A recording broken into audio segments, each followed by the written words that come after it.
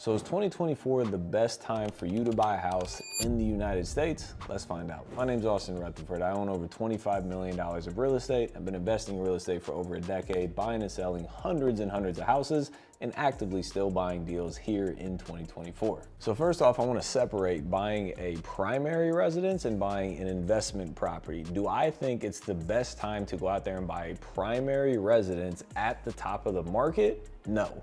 If you get an amazing discount, maybe, but buying a house at the top of the market, probably not. Do I think it's a good time to buy an investment property in today's market at the top of the market? No. Do I think it's a good time to buy an investment property today the right way when you're able to buy real estate with a discount? Absolutely 100%. So there's a lot of information out there in news articles saying that owning a house in today's market is more expensive than renting a house. And you gotta understand, this is national averages. Are there some areas that are more expensive? Absolutely. Places like California, South Florida, New York City, areas like that. But are there some places too that are still quote unquote affordable in areas that you can buy rental properties? Absolutely 100%. So I actually made a video a few weeks ago about a recent deal that I completed, and I want to play this video for you so you can see what deals can potentially look like still in today's markets. This is how I got this house literally for free. Let me show you how. You see, I bought it for $57,000 and I'm putting $55,000 into the rehab, and I borrowed all other people's money to fund this deal. Then I'm going to take it to a bank and rent it out for $1,500 a month. And then on the refinance, the bank will give me 75% of the after repaired value, which is 170, 75% of that is 127.5. I'm going to take my $127,500 and pay off my private money lender, leaving me with about $5,000 to $10,000 left over, which is non-taxable income because refinance proceeds are non-taxable. Then I'll make my $900 a month mortgage payment and I'll collect $1,500 a month. So I'll make $600 a month and profit it.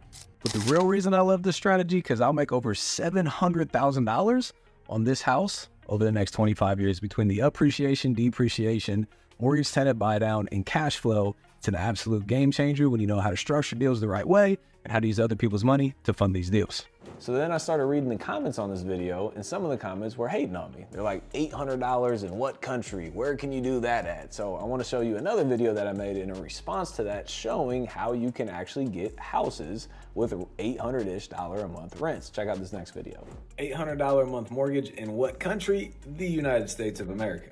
We can go to Zillow.com, look up a city in the Midwest, Cincinnati, Ohio, for a maximum of $150,000 for sale. This house is a 3-bed, 1-bath for $96,000, and if you go through it, it's basically move-in ready with a little bit of paint and flooring.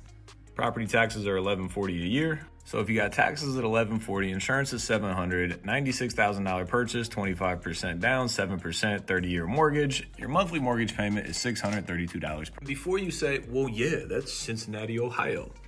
Number one, nobody said you can't move to a different city. You're not tied to the city that you're in. It's okay to move to a different city to better yourself financially.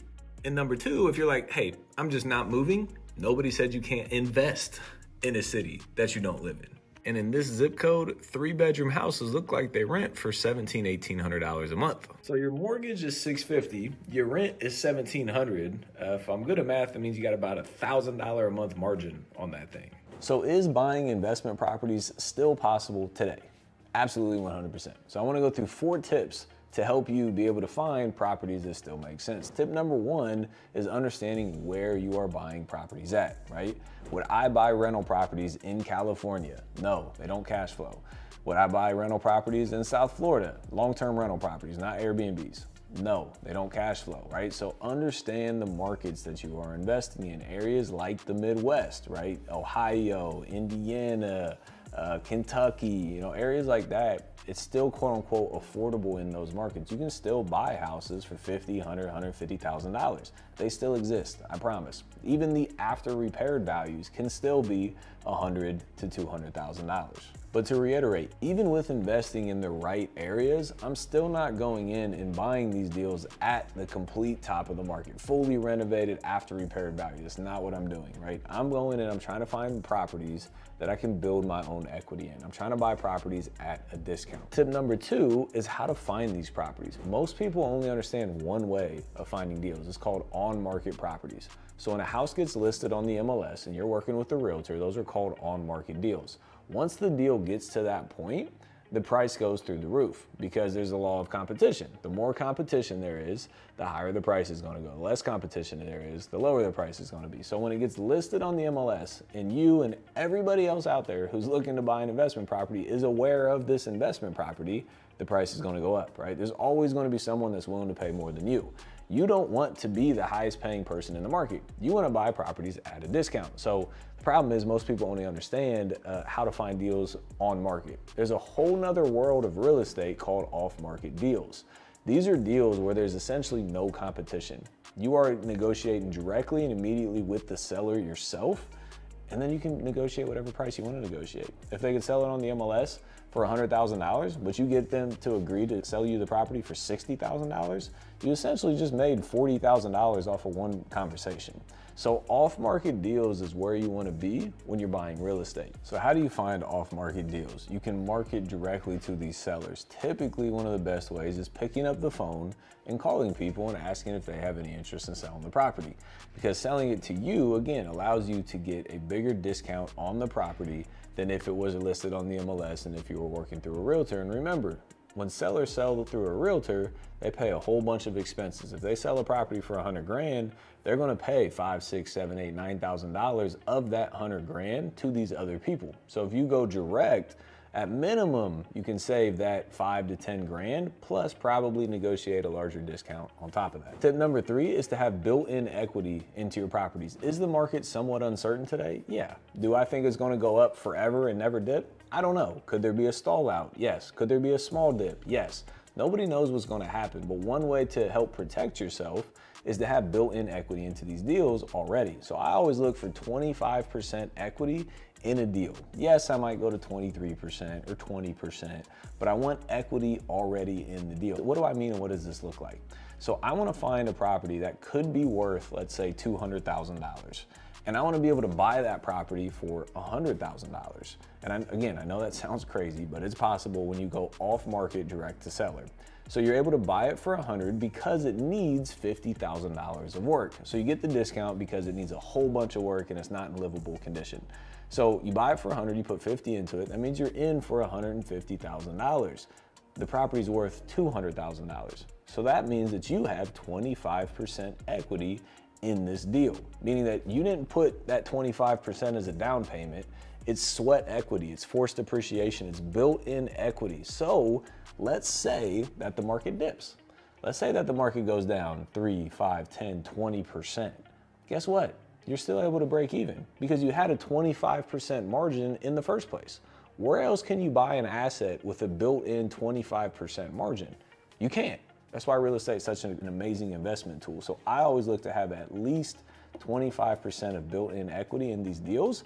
So if the market does change, I'm not sweating it out because I'm still able to get out of these deals and be profitable, or at worst case, break even. And then tip number 4 is owner financing. Some sort of owner financing, seller financing, because yes, interest rates are high, 7, 8%, maybe even more at times. But if you can get, again, a seller to agree to seller finance you a property, you can negotiate whatever terms you want to negotiate. You can do it at 0% interest. You can do it at 1% or 2% or 3 or 4 or 5%, which is all better than the current interest rates you can get with a bank today. So working with your seller and being able to explain to them the benefits of seller financing can make a world of difference in analyzing a deal and making a deal actually make sense. So when I'm talking to a seller and the seller's like, hey, I need cashed out, point blank period, I'm looking for money, you know, give me the cash, bring it in a briefcase, or move on. That's not the seller financing type of seller. But if I'm talking to a seller and they're like, I don't really know if I want to sell, you know, I just really like the cash flow that this thing brings in. It's actually what I'm living off of. Ding, ding, ding, ding, ding. That's a seller financing opportunity because usually that property is mismanaged and or under rented. So you can come in and buy the property and then increase the revenue, increase the income, which then they can be your bank. There's a lot of deals that I've worked through where I can pay the seller the same amount of money that they are making in the cash flow when they own it. So if they're making, let's say, $2,000 a month from the tenants paying rent, and then I buy the property and I can increase the income to $5,000 or $6,000 or $7,000 or $8,000 a month, I can still pay them $2,000 a month. So they're making the same amount of cash flow, but they have no headaches. They don't have to manage the tenants. They don't have to deal with the evictions. They don't have to deal with the non-payment of rents. They don't have to deal with the turnovers and the leasing and any of those things because I own it. I manage all that stuff and I just pay them their $2,000 a month. I'm like, hey, you want the $2K a month? I'll give you the $2K a month. Let me also take all these other headaches off your plate, right? So understanding seller financing and being able to talk to people to get them to agree to seller finance you their properties is an amazing way to buy real estate. So is it tougher to buy real estate in today's market because of the higher interest rates and the low inventory? Yes. But at the end of the day, think about this. Do you really think that the big corporate, companies that own real estate, hedge funds, people that buy real estate for a living are just chalking it up and saying, hey, real estate, it just doesn't work anymore? No, they're not doing that. If you're able to pivot in a business, there's always ways to make money within real estate. Pivots in real estate could mean that you start targeting short sales. You start raising private money. You start doing seller financing. You start buying deals subject to. You learn how to actually go direct to a seller and find off-market discounted deals. You start focusing on foreclosures. You start building better relationships with a bank. When you are able to pivot, there's massive opportunity that comes in times like this. And the other cool thing is that there's a lot of people getting out of the business because they're fearful of a lot of the things that you're probably fearful of. Now that you've seen this video, you see the opportunity, which means that there's less competition, which means that there's actually going to be more deals. So stop listening to the news and all the negative fear mongers because that stuff's not true. There's opportunity in every single market. So to recap, am I buying a deal, a primary house or an investment property at the complete top of the market right now today? Absolutely not, no chance. Am I buying properties at a discount where I can build in my 25% equity? Absolutely, 100% of the time. Because even if the market slips, like we discussed, I still have a 25% cushion. It massively reduces the downside risk when investing into real estate. So that model that I talk about, building in your 25% equity, is called the BRRRR model: buy, renovate, rent, refinance, and repeat. So if you want to learn more about this strategy in particular, you can check out this next video here. And if you enjoyed this video, make sure you like and subscribe so we can get you more content just like this.